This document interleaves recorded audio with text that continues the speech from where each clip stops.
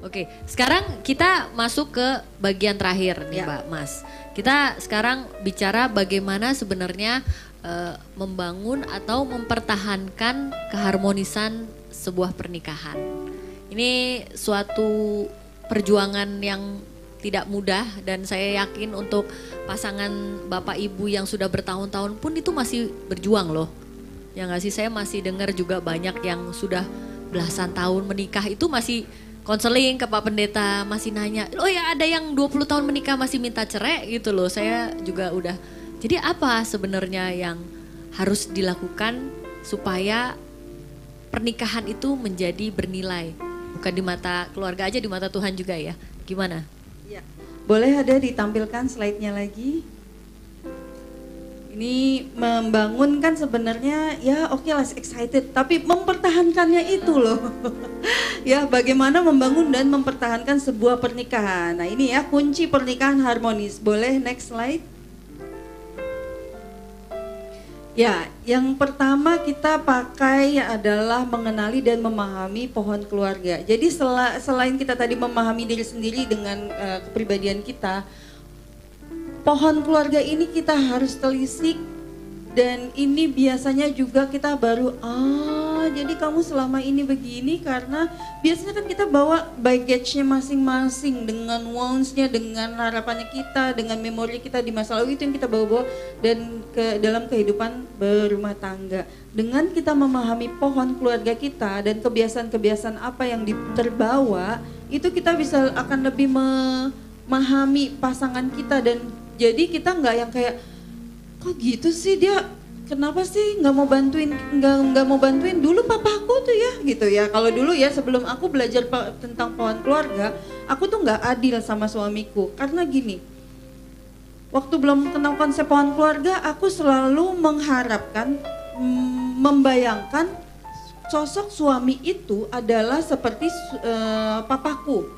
Yang mana papaku tuh kerja dari jam 10 pagi sampai jam 10 malam, kan kerjanya di restoran Jepang. Berdiri bekerjanya, bayangin ya 12 jam tuh bekerja berdiri, istirahatnya tuh cuma 1 jam aja, jam 3 sampai jam 4 sore. Itu tapi pulang ke rumah atau sebelum berangkat, papaku tuh masih tuh yang mau yang namanya nyuci, ngepel, masak, semuanya itu mau mengerjakan. Mamaku tuh ibu rumah tangga tapi dia juga punya warung. Ya buka warung kelontong di rumahnya, tapi semuanya dikerjain. Kita dari kecil nggak pernah yang namanya ada punya pembantu rumah tangga, nggak pernah, semuanya dikerjakan sendiri. Dan itu bayangin ya luar biasa ininya ya, kan secara ekonomi kita nggak ya pas-pasan lah gitu ya, tapi berarti kan mamaku harus mengatur uangnya dengan yaitu toko kelontong segala macam. Jadi aku selalu melihat papaku dulu bisa kerja jam 10 pagi sampai 10 malam ngurusin anaknya, ngurusin rumah tangga dan segala macam gitu. Jadi dulu aku hold grudge-nya adalah dia nggak mau mengerjakan pekerjaan rumah gitu. Padahal setelah kita belajar tentang pohon keluarga itu nggak adil. Kenapa? Lah suamiku kan dibesarkan oleh ayahnya bukan oleh bapakku. Nggak boleh dong aku selama dia 25 tahun dididik oleh ayahnya, aku mengharapkan dia selama waktu itu berapa tahun pernikahan ya, 5 atau 6 tahun pernikahan, aku langsung mengharapkan dia resultnya sama dengan 25 tahun didikan gitu ya. Ibaratnya anak balita dipaksa untuk bisa berpikir seperti orang usia 25, orang dewasa 25 tahun kan nggak bisa gitu. Jadi aku waktu itu belajar bahwa aku memahami dulu pohon keluarganya dia. Dia dibesarkan oleh papanya itu mau makan aja tuh jangankan piring sendok harus disediain, itu harus banget. Bahkan kalau ada ikan tuh mesti harus tinggal nyuap doang udah. Jadi udah bener-bener dibuangin dulu. Dibuangin dulu dan segala macam dan wejangan dari neneknya, neneknya dia dari pihak ibu waktu kita hari pertama setelah nikah ya. Ini saya inget banget. Saya mau makan. Suami saya belum bangun. Terus neneknya dia bilang gini, Duk, kalau suami belum makan, jam makan, tunggu suaminya makan. Kalau suaminya mau makan disiapin dulu. Lah, suamiku kan belum bangun. Jadi aku belum boleh makan. Jadi harus menunggu suami dan harus disiapin gitu. saya patuh tuh selama berapa bulan tuh saya patuh sampai dia pulangnya oke lah jam 7 tadinya. Jakarta makin macet, enggak dulu kita tinggal di Bekasi lagi. Jam 7 pulang, lama-lama jam 8. Pada suatu masa saya punya bayi, saya menyusui, dia pulang jam 11 malam. Saya belum makan karena saya mengikuti itu kan. Wah, kelaparannya luar biasa dong, menyusui lagi kan. Jadi emosi. Ya, emosi lah saya.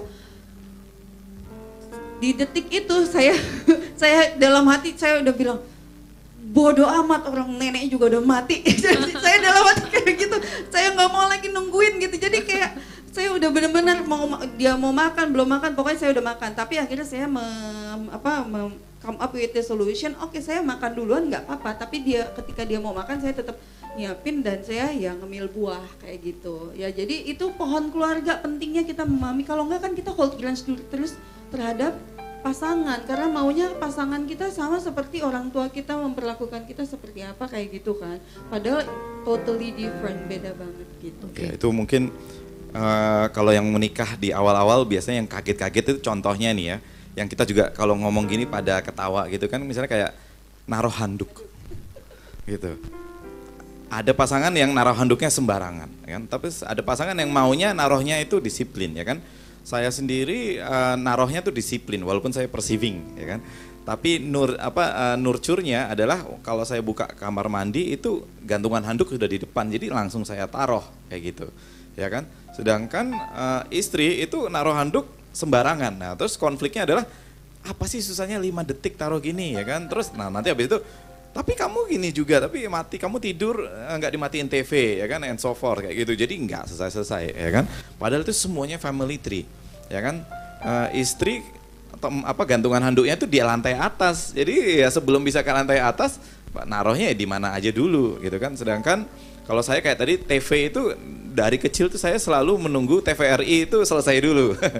Semut dulu baru bisa tidur. Jadi makanya saya pasti rumah itu TV pasti gitu ya kan sampai pagi gitu, dan itu nggak ada yang marahin gitu kan. Nah jadi gara-gara family tree itu kalau kita nggak realize ya kan, ya malah menjadi sumber konflik.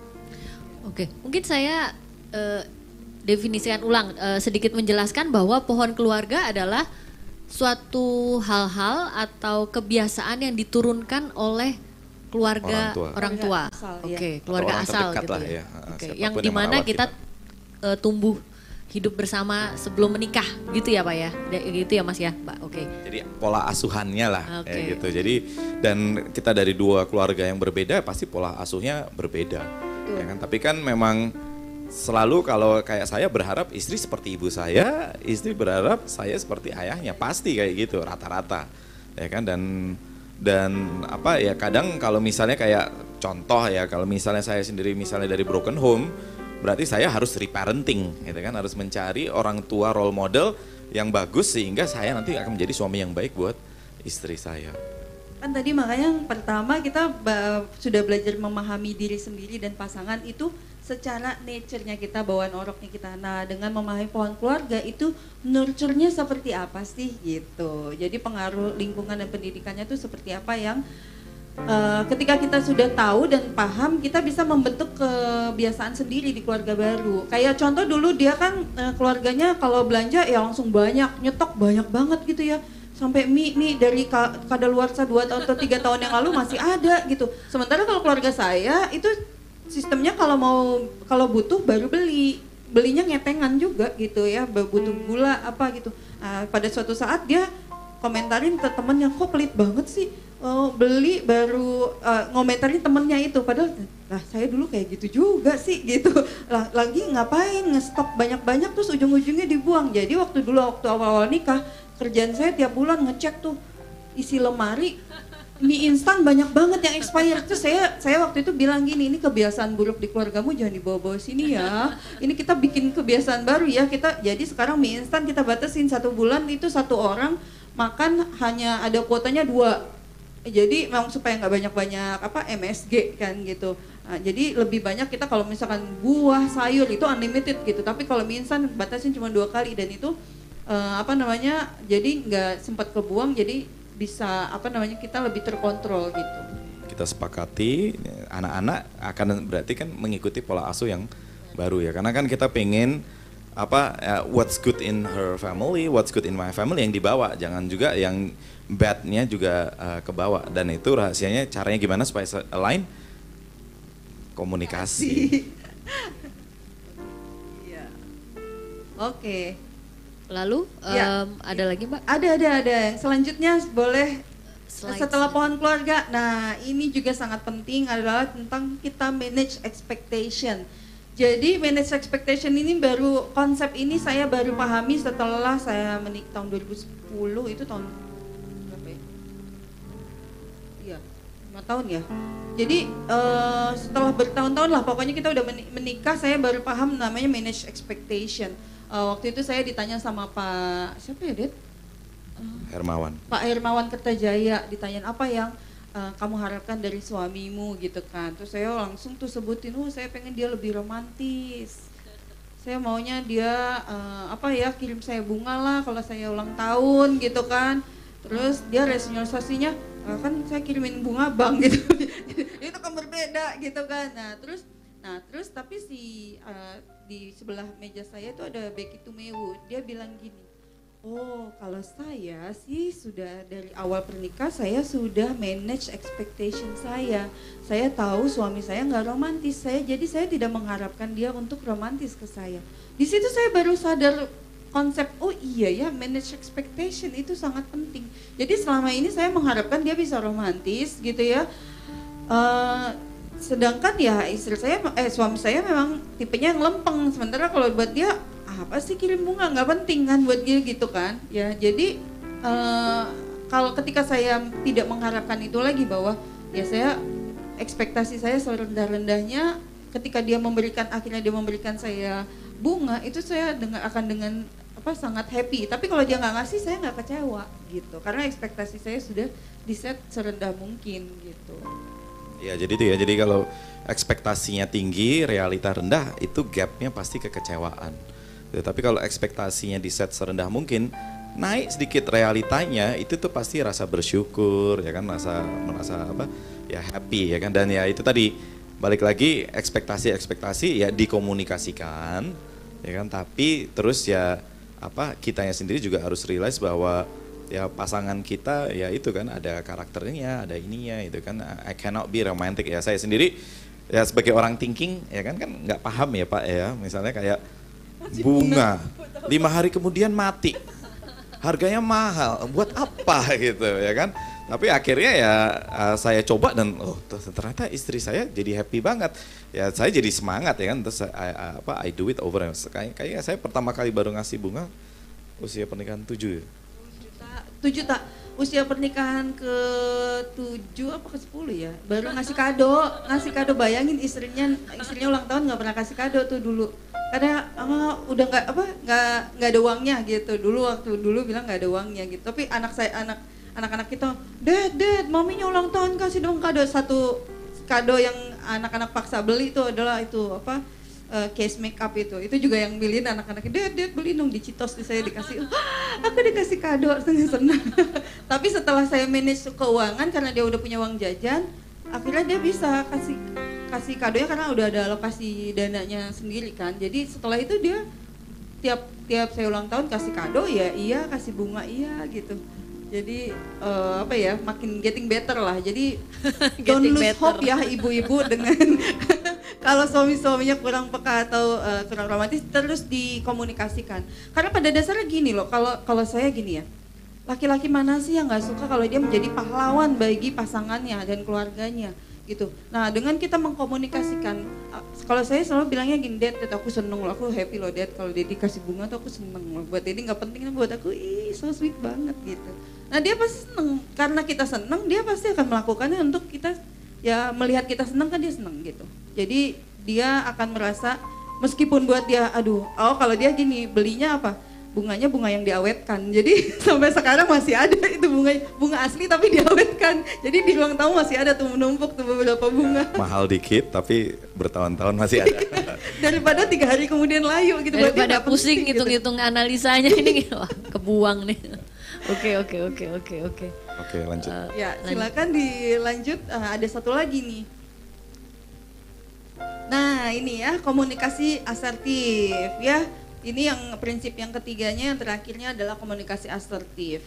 Kita menggunakan teknik iMessage. iMessage itu rumusnya adalah begini.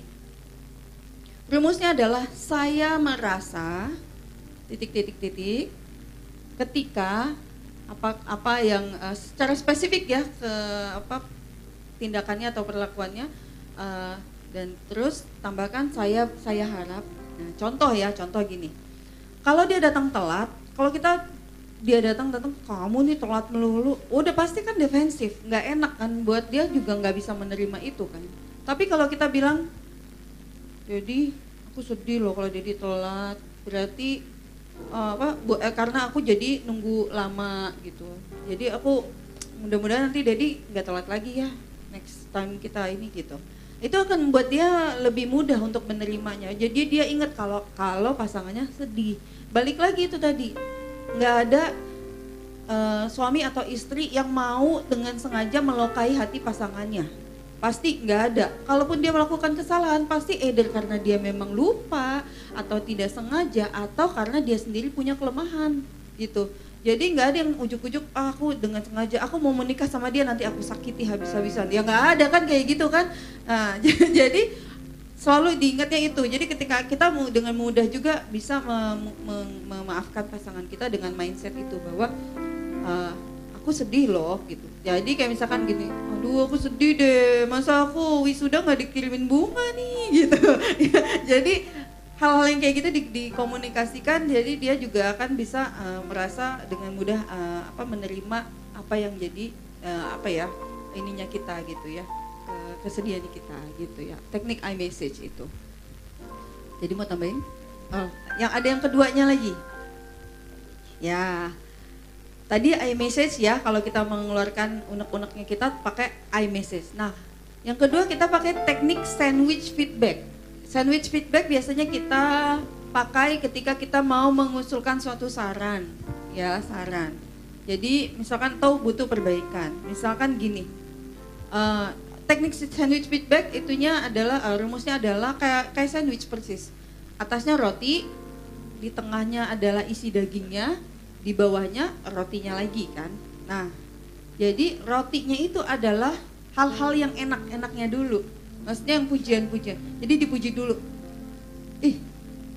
Dedi aku seneng deh. Dedi tuh tadi mau datang gitu ya. Terus tapi pas lagi di acara Dedi diem lulu. Kayak garing gitu loh. Kayak nggak enak gitu loh. Nah, nanti Dedi kalau ngumpul lagi, nanti kan besok kita mau ngumpul lagi nih, ngobrol ya sama Pak Deku, ngobrol lah apalah gitu. Ya jadi gitu, lapisannya gitu. Jadi jangan, kamu nih diajak sama keluarga aku ngumpul bukannya ngobrol, ya kan gak enak ya, udah langsung isi jeroannya dulu kan, belum dipuji, belum apa, udah langsung dijatuhkan, dia makin akan defensif dong gitu. Ya. Jadi seperti itu ya teknik sandwich feedback. Nah yang ketiga adalah, nah ini juga sangat penting. Hindari kondisi HALT, yaitu hungry ya, ketika kondisi lagi lapar, misalkan orang pulang kerja, ya ampun perut lagi lapar, udah langsung diomel-omelin gitu, atau disuruh ganti lampu gitu kan, ya kan nggak mungkin ya. Terus hungry, terus yang kedua dalam kondisi dia angry, dia masih marah, misalkan kita ada konflik apa. Dulu saya pernah nih sebagai orang J ya, saya bisa nih bangunin dia tengah malam cuman buat obrolin masalah itu karena saya nggak bisa tidur sebelum masalahnya selesai. Saya berpegang pada ayat gitu ya, janganlah mendam amarahmu sampai matahari terbenam gitu. Ada ayatnya tuh ya. Tapi dulu saya konsultasi sama pendeta mentor kita. Saya tanya, Pak gimana tuh ya Pak ya, saya kalau punya masalah sama suami saya nggak bisa tidur sebelum masalahnya diomongin. Nah tapi masalahnya suami saya nggak mau tuh Pak ngomongin malam itu juga, gimana dong Pak gitu. Nah mentor saya bilang, inti dari kita membicarakan masalah adalah supaya masalahnya selesai kan. Nah kalau kamu omongin saat itu, selesai nggak masalahnya, win-win nggak? Win buat kamu, buat dia lose. Karena dia masih kesel, masih sama-sama kesel, belum siap untuk diomongin.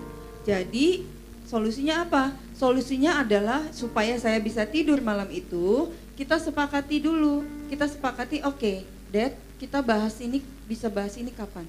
Besoknya pas lagi habis makan, oke, saya bisa tidur dengan tenang karena saya tahu besok masalahnya akan dibahas. Dia pun bisa tidur dengan tenang, dan kita ketika membahasnya besok kita dengan kepala dingin, udah nggak panas-panasan lagi gitu ya. Itu angry ya, hindari hungry, angry. Yang ketiga lonely ya, ketika mungkin LDR-an nih, terus kesepian nih gitu, terus kita ajakin ngomong yang berat, tunggulah kalau bisa, nantilah kalau misalkan dia udah merasa ya tidak kesepian gitu ya.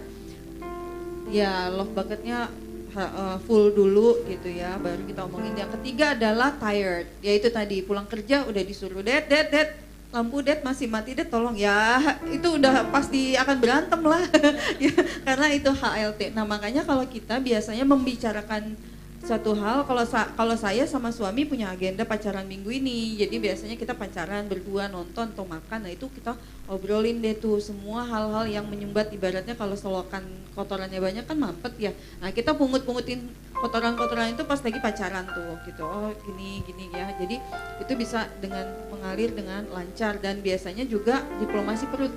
Kadang-kadang kita kita selalu memasukkan nilai-nilai dalam keluarga itu ketika saat makan malam bersama sama anak-anak. Jadi ngobrol gitu ya.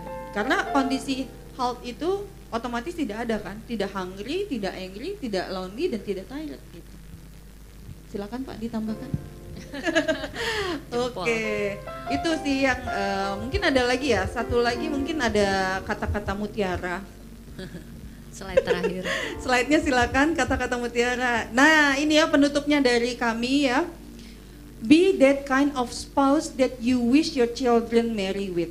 Kamu pengen anak kamu menikah dengan orang yang seperti apa? Nah jadilah pasangan yang seperti itu. Kalau anaknya laki-laki, kamu pengen anakmu nikah sama perempuan kayak gimana? Nah jadilah ibu seperti itu. Kalau punya anak perempuan, kamu pengen anakmu nikah dengan laki-laki seperti apa? Ya jadilah ayah dan suami yang seperti itu.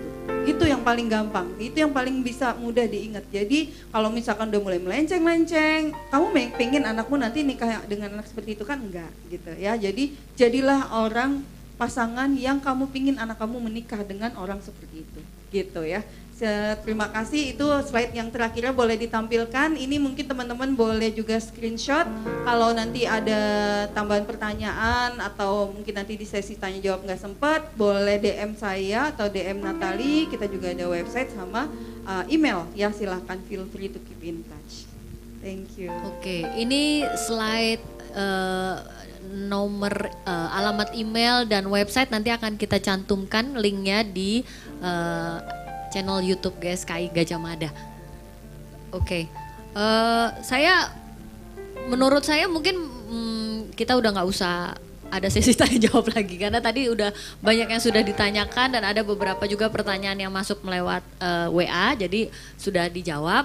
Dan saya merasa diberkati sekali loh hari ini, luar biasa, sesi yang sangat memberkati dari pasangan suami istri ini.